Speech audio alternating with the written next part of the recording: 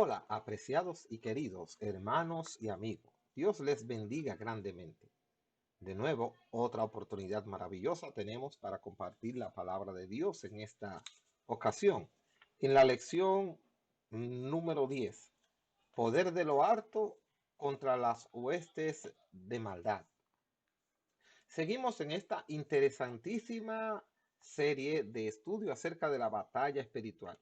La semana pasada estuvimos hablando acerca de la armadura de Dios. Esta clase que continúa hoy ya es una clase más práctica. En esa lección de la semana pasada hablábamos cómo el apóstol Pablo pudo hacer una comparación entre lo que era toda, ¿verdad? La forma en la que se equipaba físicamente un soldado, específicamente del área de Roma, donde el apóstol Pablo pues tenía ahí ya un tiempo apresado, y él tomó eso y pudo hacer una comparación de las armaduras espirituales que debe tener el cristiano para enfrentar las batallas que ha de lidiar con ellas. Hoy vamos a ir a una experiencia ya más vivida, más práctica, de los primeros apóstoles que estuvieron evangelizando y propagando el evangelio por el mundo.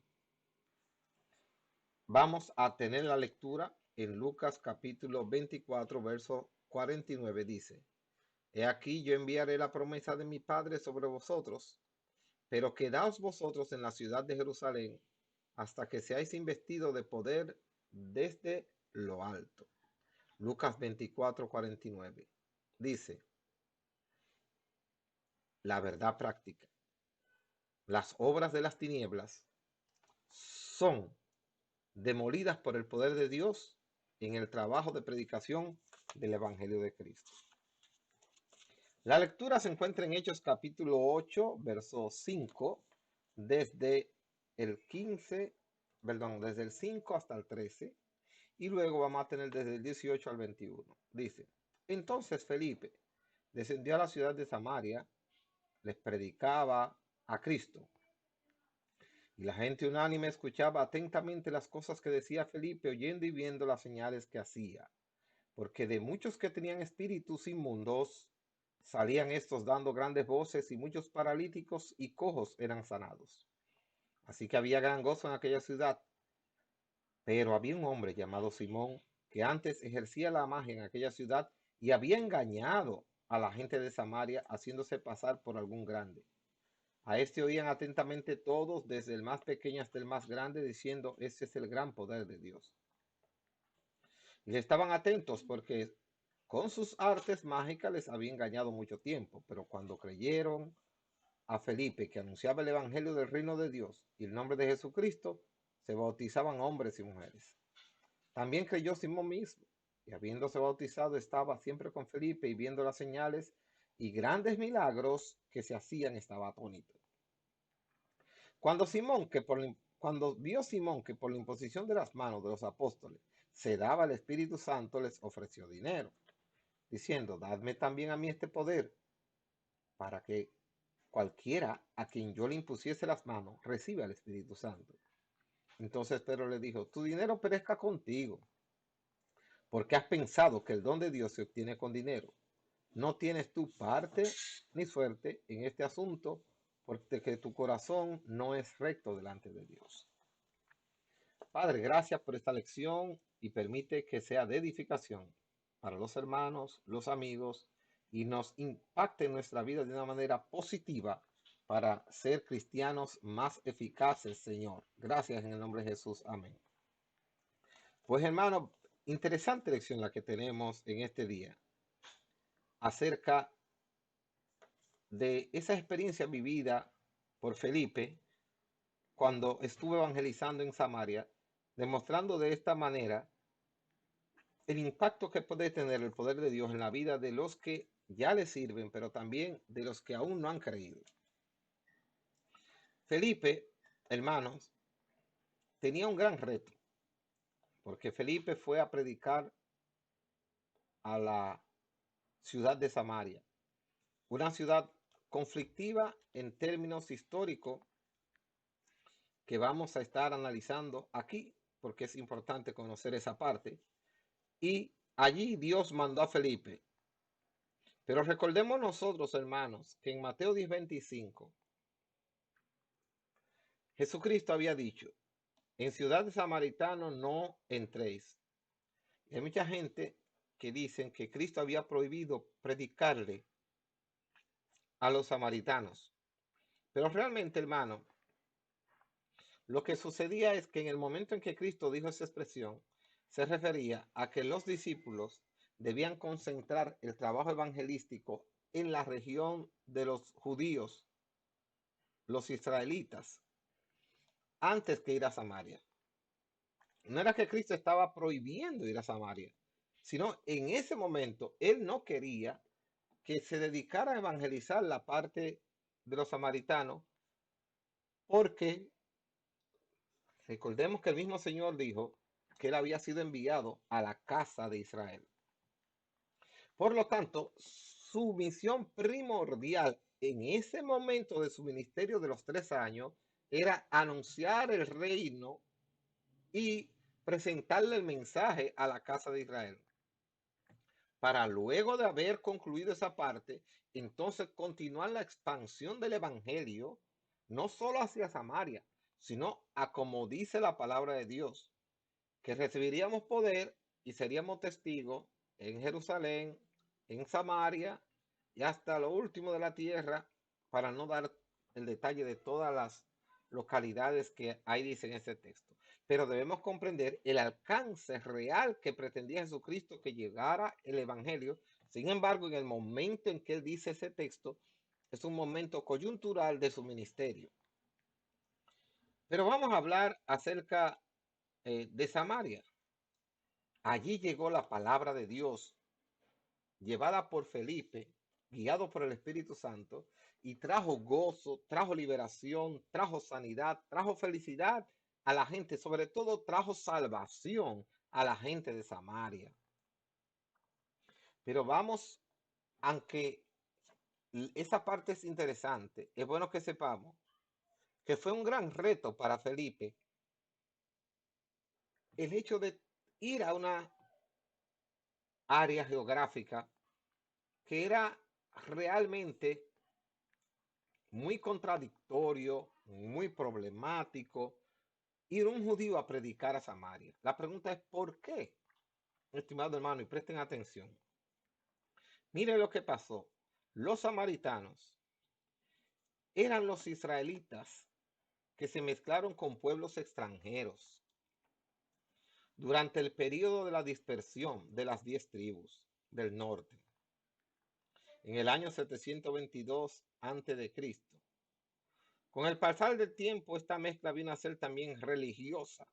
Es decir, no solo se mezclaron físicamente, sino que también se mezcló ideológicamente, culturalmente y religiosamente, haciendo que los judíos, o más bien las generaciones que se fueron expandiendo, creciendo y naciendo dentro del ámbito de Samaria, fueran personas con costumbres muy diferentes a lo que tenía en su mayoría el pueblo de Israel.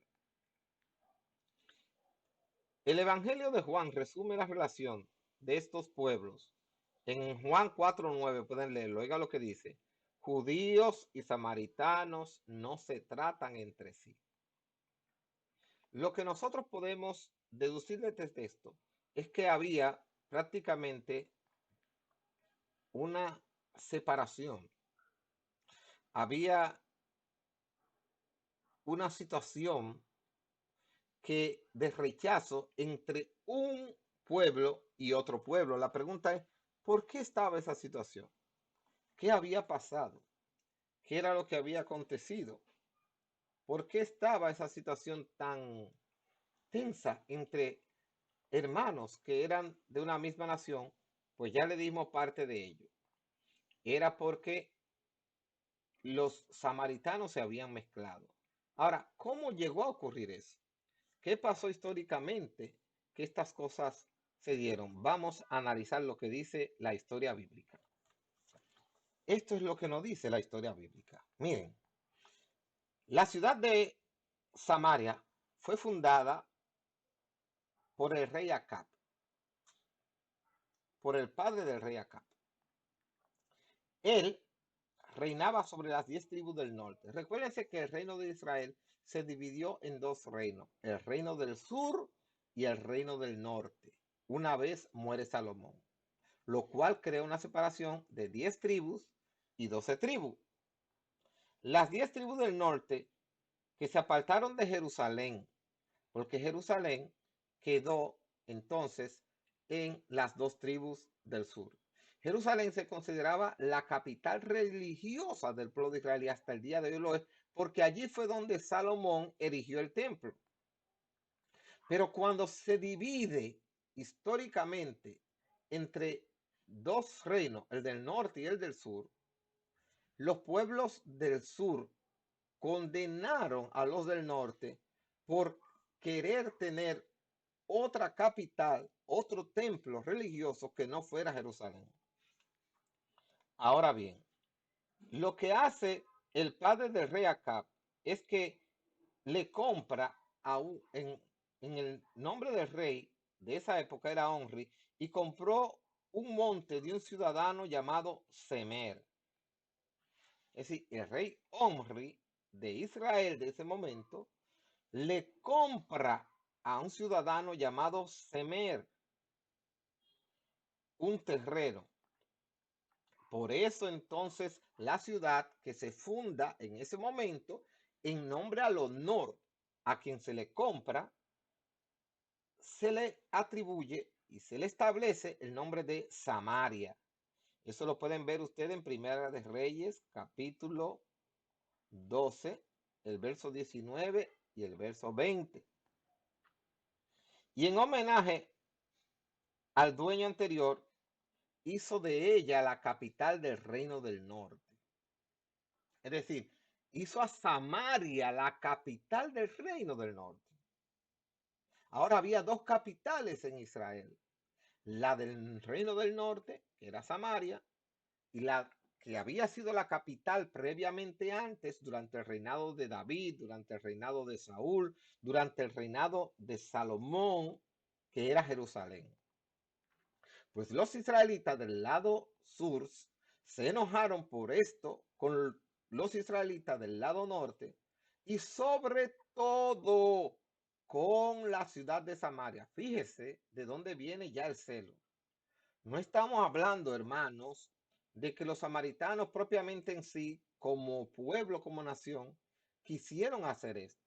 Más bien lo que nosotros podemos ver es que, a consecuencia de lo que hizo el rey Omri, creó un celo entre los ciudadanos de Israel. Desde allí y un poco más para atrás viene la situación de por qué Samaria y los israelitas no se llevaban bien. Esto, hermano, sucedió antes de la dispersión. Cuando esto ocurre, el pueblo de Israel está formado por judíos propiamente. Pero ya había un clima de tensión entre Samaria y Jerusalén, Israel y Judá, por la división y por situaciones obvias que ya le hemos dicho. Es como que aquí ahora en la República Dominicana, imagínense que la gente de Santiago decidan hacer otra capital. Y ya la capital de las provincias del norte ya no va a ser Santo Domingo. Eso fácilmente no va a caer bien en la población. ¿Por qué van a hacer otra capital si tenemos una? Es para que podamos entender un poco nosotros, imagínense los que nos están viendo quizás desde otro país, que en Estados Unidos decidan poner la capital no en Washington, D.C., sino que la gente del sur de Estados Unidos decida establecer la capital en una de las ciudades o estados que tienen. Va a crear un problema político, va a crear un problema social, va a crear un problema de sentimientos propios de los ciudadanos que habitan un país. Vamos a seguir la historia. El cautiverio. Cuando el rey de Asiria Salmanasar sitió Samaria en el año 722 a.C., él llevó en cautiverio a las 10 tribus. Pero luego Sargón, sucesor de Salmanasar V, fue la persona quien concluyó el cautiverio de los israelitas de las 10 tribus del norte. Los asirios llevaron las tribus del norte a otras regiones. Los sacaron de el territorio de Israel, que ya estaba conformado por el reino del norte, y lo mezcló con extranjeros.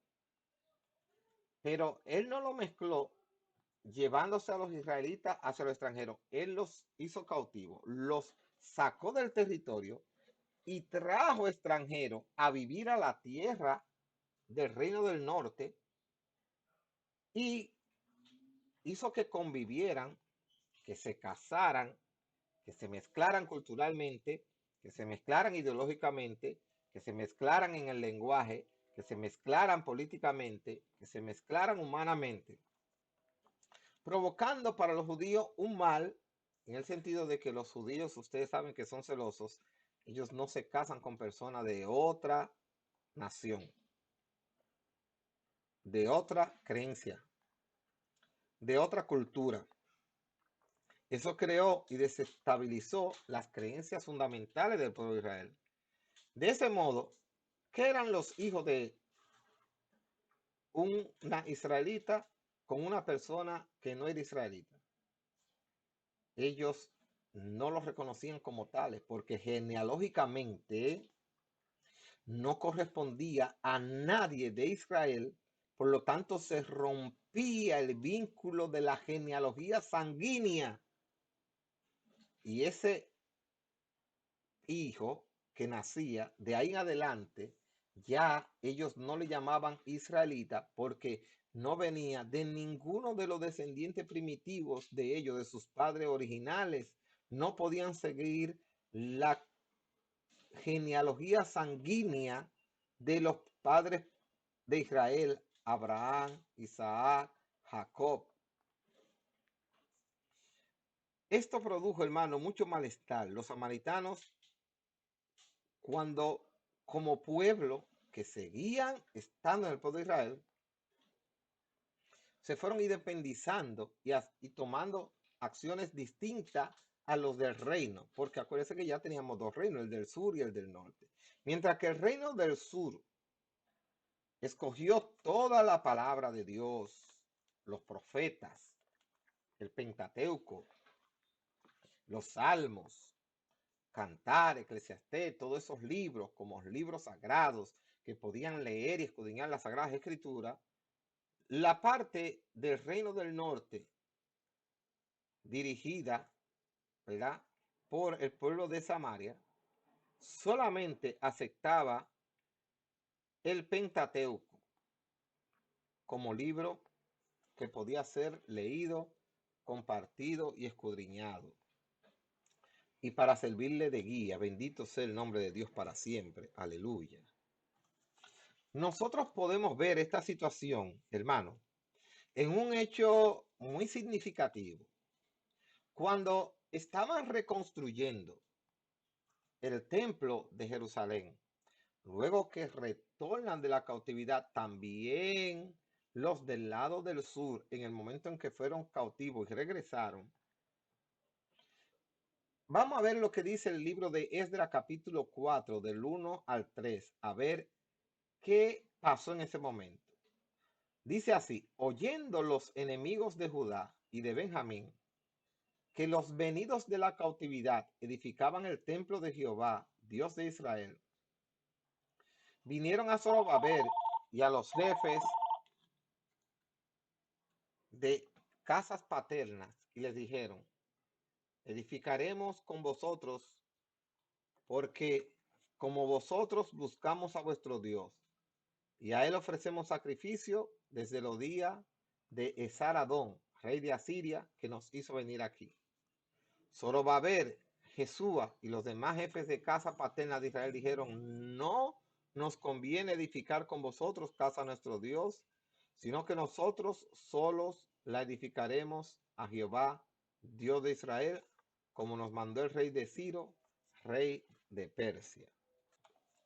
Lo que vemos aquí es, cuando menciona en el versículo primero, que los venidos de la cautividad se refiere a los que venían de la cautividad, que eran los del reino del norte que habían estado cautivos. Ellos se pusieron a la orden del pueblo de Israel para ofrecerse para la reedificación, pero los del reino del sur no los aceptaron y dijeron que no les convenía a ellos recibirlo a ellos para la edificación del templo. Lo que podemos ver ya desde ese momento, cómo ellos rechazaron hermanarse con los samaritanos para trabajar en la reconstrucción del templo. Lo que nos hacía ver claramente ya de esa época cómo estaban los ánimos bien caldeados entre ambos grupos del pueblo de Israel.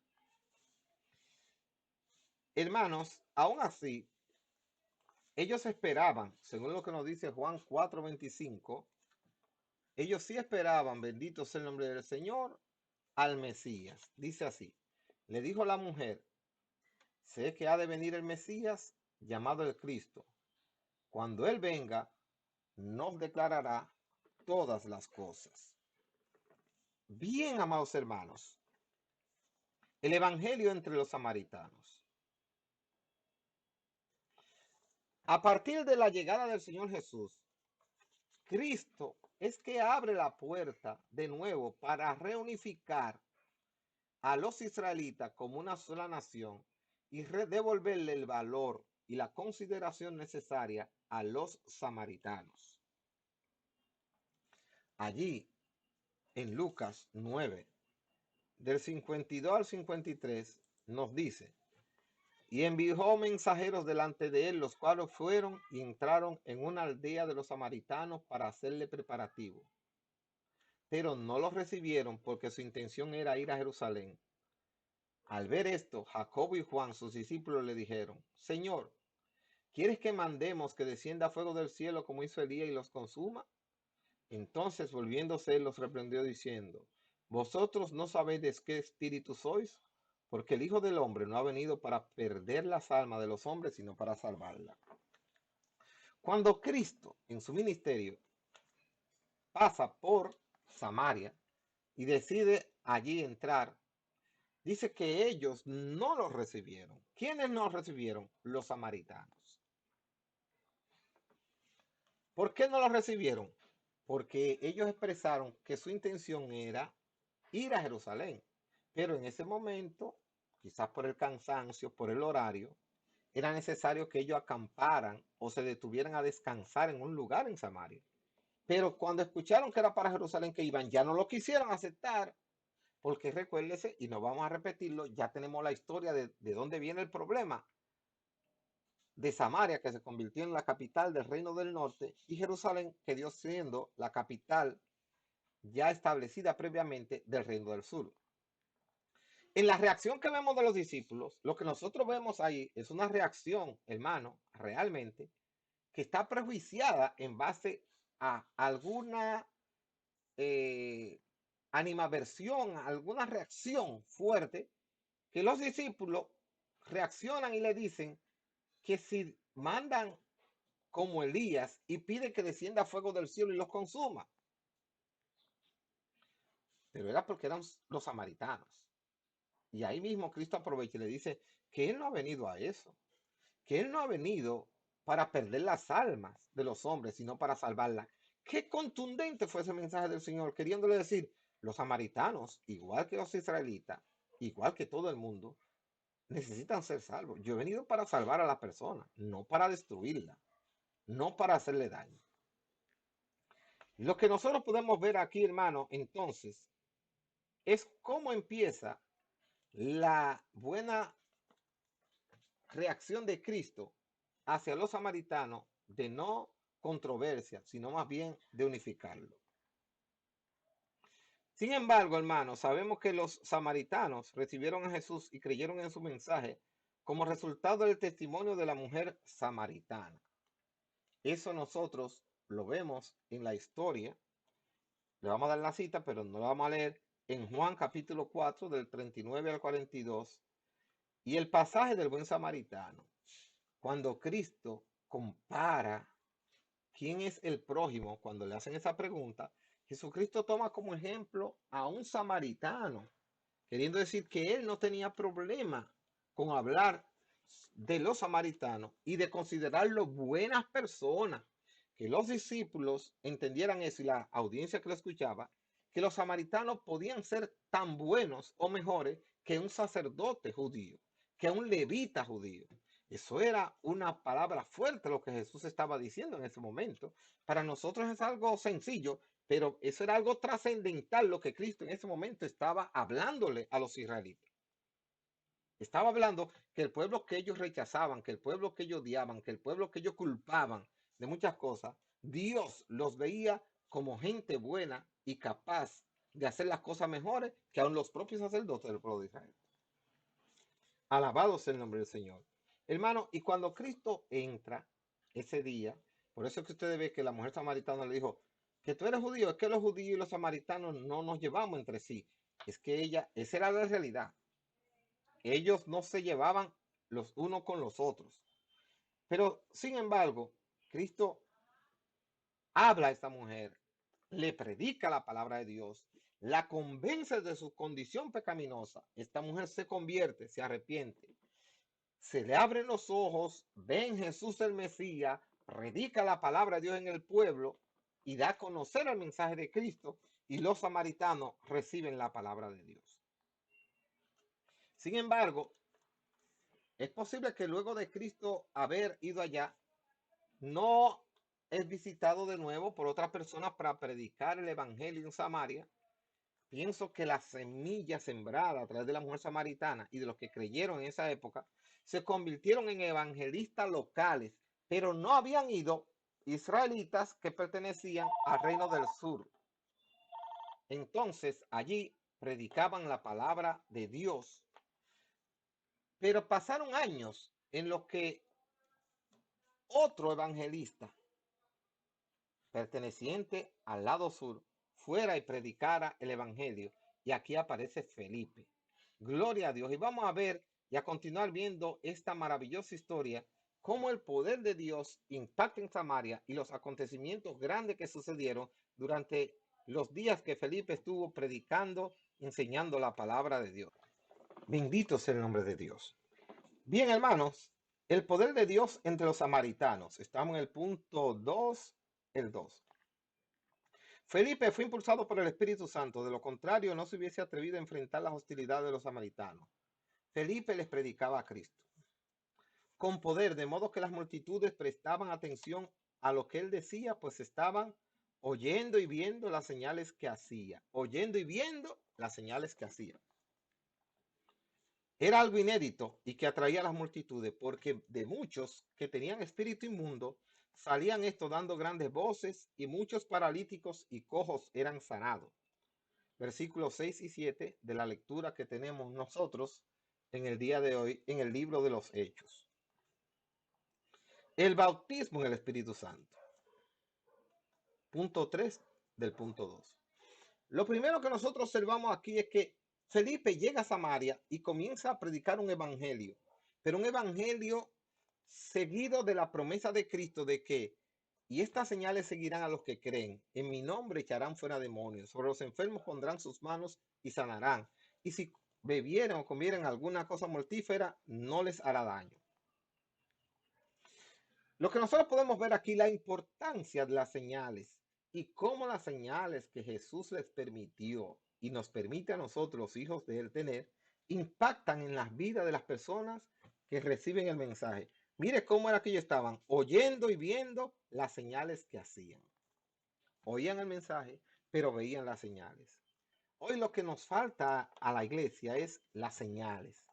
Por eso, al no tener señales en la iglesia, y eso tenemos que reconocerlo, y yo oro y le digo, Dios, ¿por qué tú no nos das señales poderosas que indiquen que tú eres un Dios de poder. Yo sé que Él es soberano.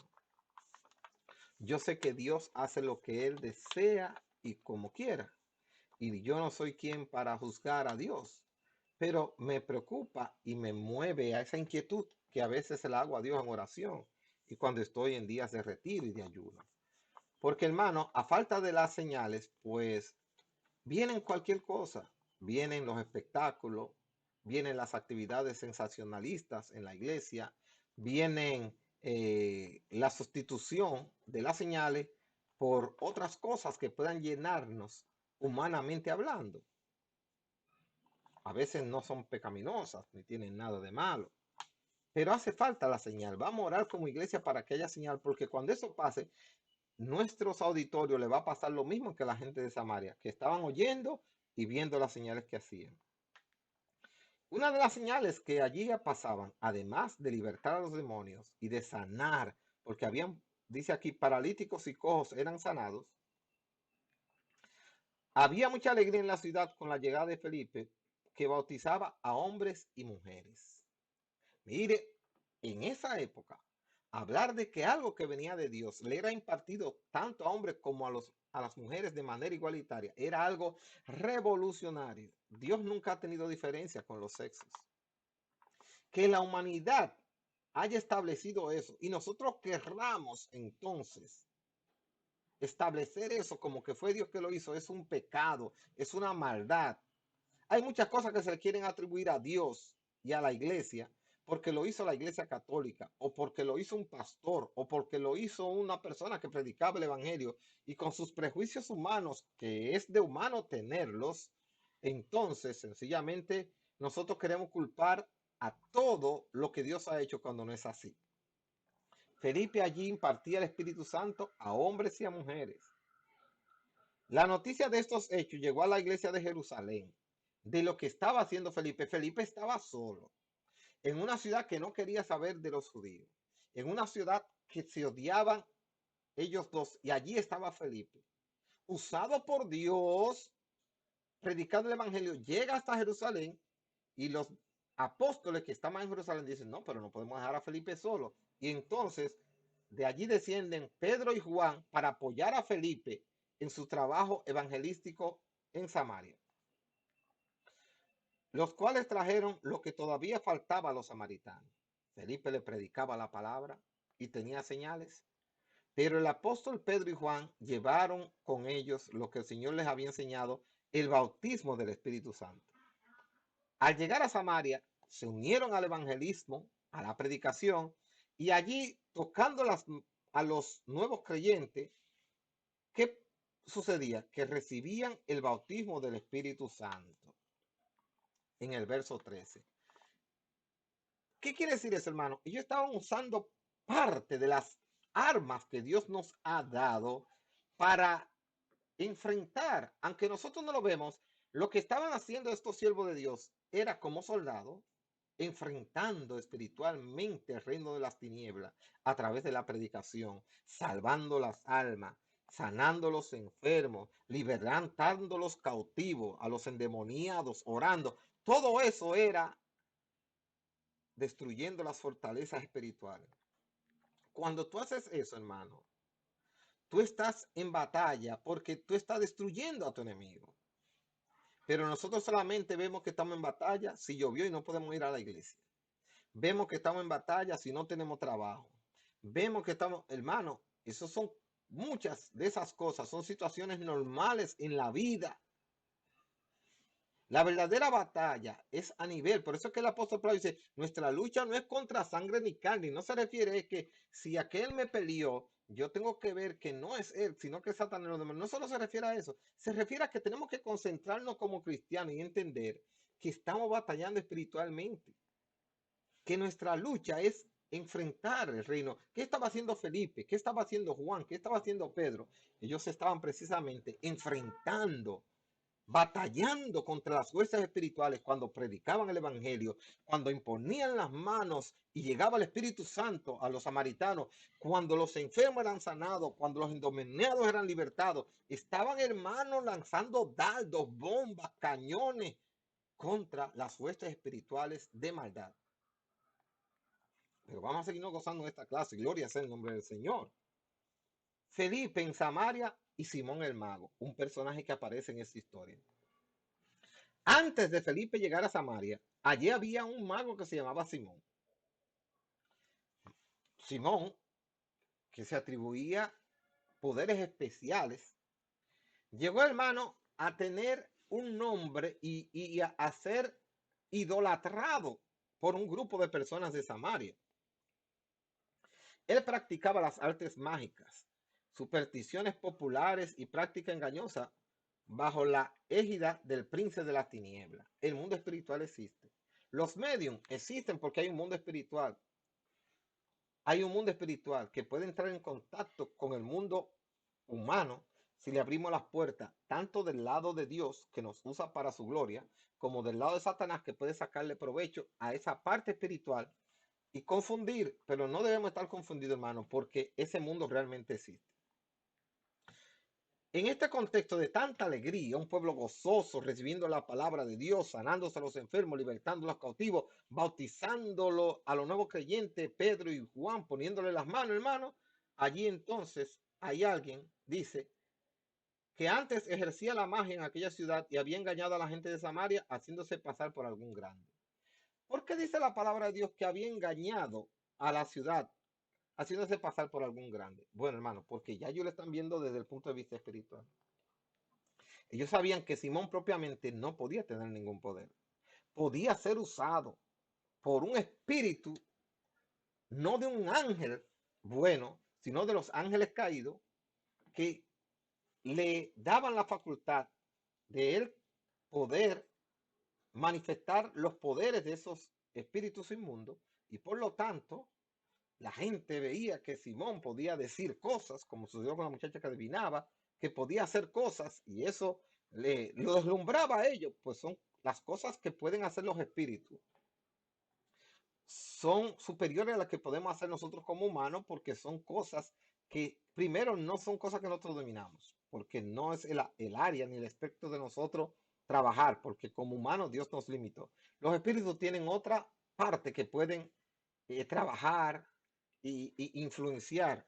Todo esto le dio un renombre a Simón de que era un hombre poderoso. Él estaba en la ciudad, claro está, antes de que Felipe allí estuviera predicando e impactando a los samaritanos con la palabra de Dios.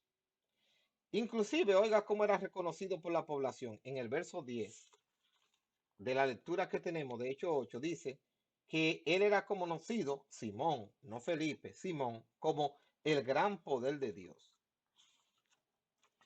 Fíjese, fíjese que hablan del gran poder de Dios, pero no era Dios que estaba usando a Simón.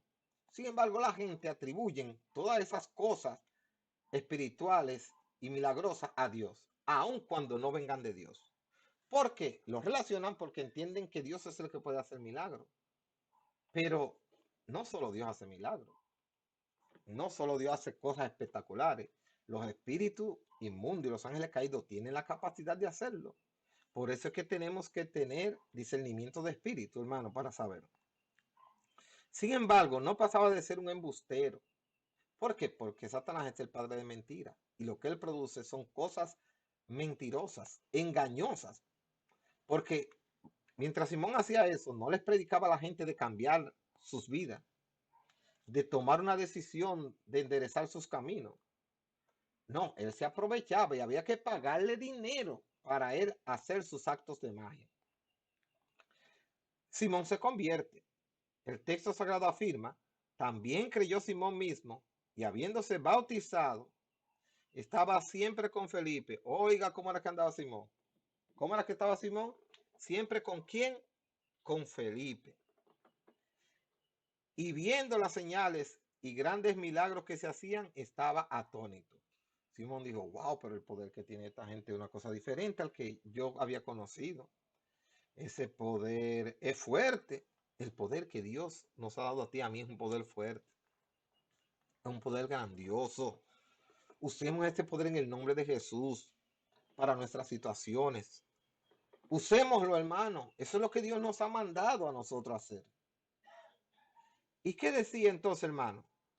Es difícil saber hasta qué punto la conversión de Simón el mago era genuina, pues el relato indica que se trataba de una conversión meramente intelectual o artificial. La evaluación del apóstol Pedro fue, oiga lo que dijo Pedro, luego de conocer algunas acciones que vamos a hablar ahora de Simón: tu corazón no es recto delante de Dios. Pero Simón andaba buscando algo. Simón era una persona que le había sacado provecho a su conocimiento de la magia o a lo que los espíritus inmundos a través de él hacían.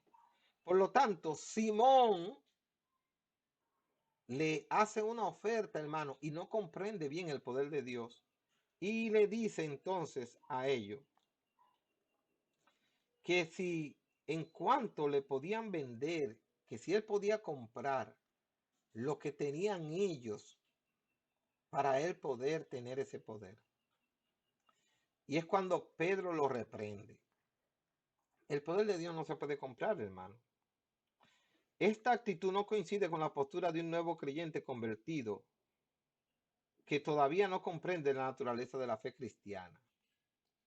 Simón no sabía que el evangelio de Dios no es para venderlo, no es para comprarlo, porque por gracia soy salvo, y esto no es de vosotros, pues es don de Dios.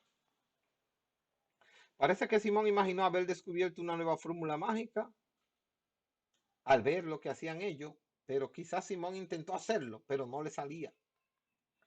Y entonces él dijo, bueno, como a mí no me sale, ¿será que ellos tienen algo extraño? Déjame yo comprarlo para que me digan el secreto y ver qué es lo que ellos hacen, qué conjuro que hacen, como hacen, ¿verdad? Los brujos, para que entonces cuando yo lo haga, los paralíticos sean sanados, los cojos, los ciegos puedan ver, los endemoniados, ¿qué? Pero eso era un secreto, era la consecuencia de haber aceptado al Señor Jesús, los discípulos, y confiar en la palabra de Dios que le decía que en el nombre de Jesús. Él no actuó con sinceridad, por eso el apóstol Pedro lo maldijo en el verso 20 al 23.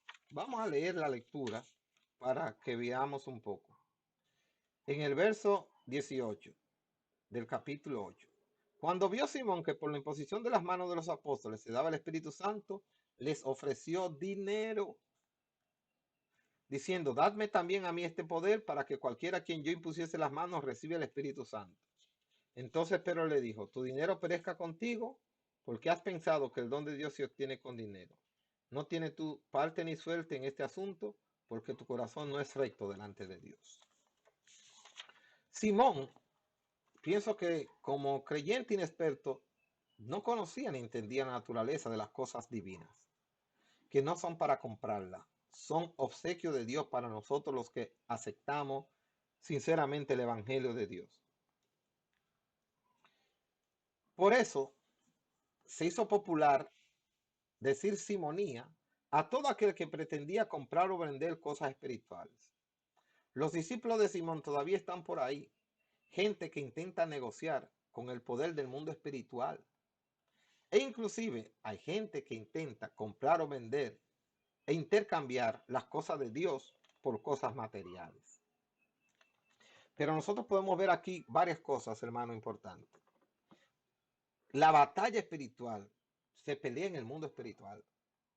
Felipe, Pedro y Juan estaban peleando la batalla y le estaban ganando. ¿Cómo? Al predicar el evangelio, al llegar a Samaria y compartir la palabra de Dios, al imponer las manos y llenarlos con el poder del Espíritu Santo y al Dios obrar sanando. Así que, hermano, que la historia de Simón el mago nos muestra que su comportamiento fue reprobado por Dios. Hay una diferencia abismal entre el poder que viene de lo alto, el poder sobrenatural del Espíritu Santo y los falsos milagros, llevado a cabo por charlatanes y embusteros, agentes al servicio del reino de las tinieblas. Esto nos sirve de lección para estar alerta en cuanto a los líderes engañosos que puedan aparecer. Dios te bendiga grandemente. Una lección maravillosa, una lección importante que no debemos olvidar. Ojalá que ya entendamos mejor por qué el reino del norte y el reino del sur, Samaria y los israelitas no se trataban, cómo llega Felipe, cómo es apoyado por Pedro y Juan, cómo Simón, un mago, se convierte, pero no con las mejores intenciones, sino buscando aprovecharse, siempre estando con Felipe y buscando cómo obtener, no pudiendo obtenerlo él de la manera normal, que es por la experiencia propia y por acercarse a Dios, ofrece dinero, es rechazado y reprendido por el apóstol Pedro. Dios te bendiga mucho, mucho, mucho. Tu hermana Diel Taveras Angomás, que se congrega en la Casa de Restauración Espiritual, Fe y Liberación, y allí estamos nosotros junto a los pastores Miqueas Tavera y Rosa Mar. Esperamos vernos pronto para la próxima lección. Dios te bendiga grandemente y anhelamos que lo comparta con la familia.